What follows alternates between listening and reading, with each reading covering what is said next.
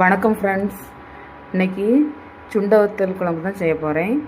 அதுக்கு என்னென்னலாம் தேவைன்னா, சுண்டைக்காய், வறுத்து வச்ச மசாலா, வத்தலும் மல்லியும் வறுத்து வச்சுருக்கேன், புளி கரைச்சி வச்சுருக்கணும், சின்ன வெங்காயமும் பூண்டும், தக்காளி, மஞ்சள், தேங்காய்.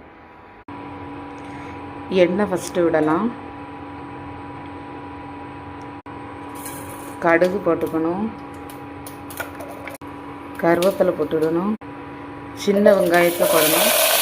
இந்த குழம்புக்கு சின்ன வெங்காயம் தான் ரொம்ப முக்கியம். சின்ன வெங்காயமே போடுங்க. நல்லா வதக்கி விடணும்.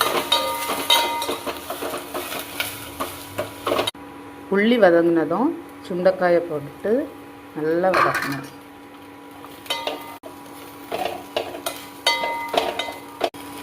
அடுத்து தக்காளி போட்டு வதக்கணும்.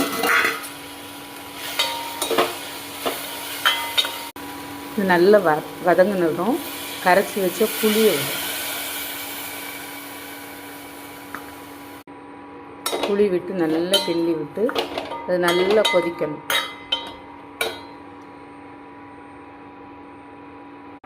தேங்காவை மிக்ஸி ஜாரில் போட்டு நல்லா அடிக்கணும். தேங்காய் கூடால என்னெல்லாம் போடணும்னா, தேங்காய் கூடால ஜீரகம், மஞ்சள், வறுத்து வச்சுருந்த மசாலா, வத்தலும் மல்லியும் தண்ணி விட்டு நல்லா மிக்ஸியில் போட்டு அடிக்கணும். இப்படி மையாக அரைச்சி வச்சுக்கணும். இப்படி நல்லா கொதிக்கணும்.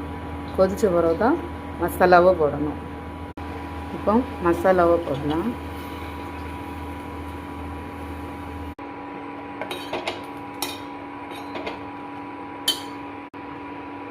நம்ம தேவைக்கு போல் தண்ணி ஊற்றிக்கலாம்.